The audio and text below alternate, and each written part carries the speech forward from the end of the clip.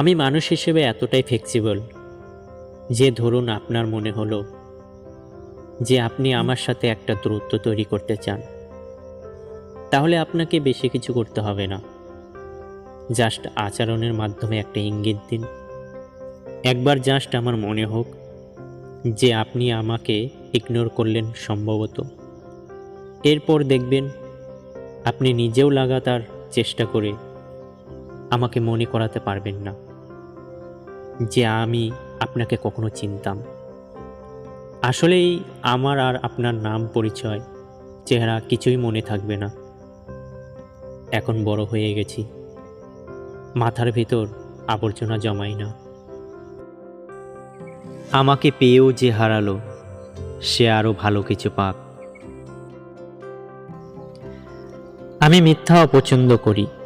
এর পিছনে কারণটা এরকম না যে আমি খুব নীতিবাদী একজন মানুষ। আমি মূলত মিথ্যা অপছন্দ করি, কেননা কেউ আমাকে মিথ্যা বললে আমার প্রচণ্ড অপমান বোধ হয়।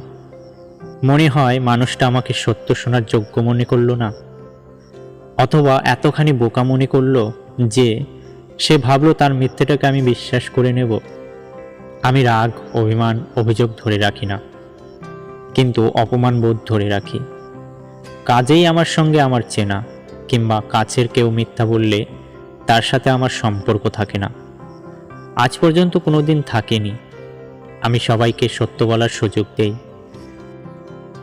আমি যা ফেলে আসি তার দিকে ফিরেও তাকাই না, সে যতই আপন হোক না কেন।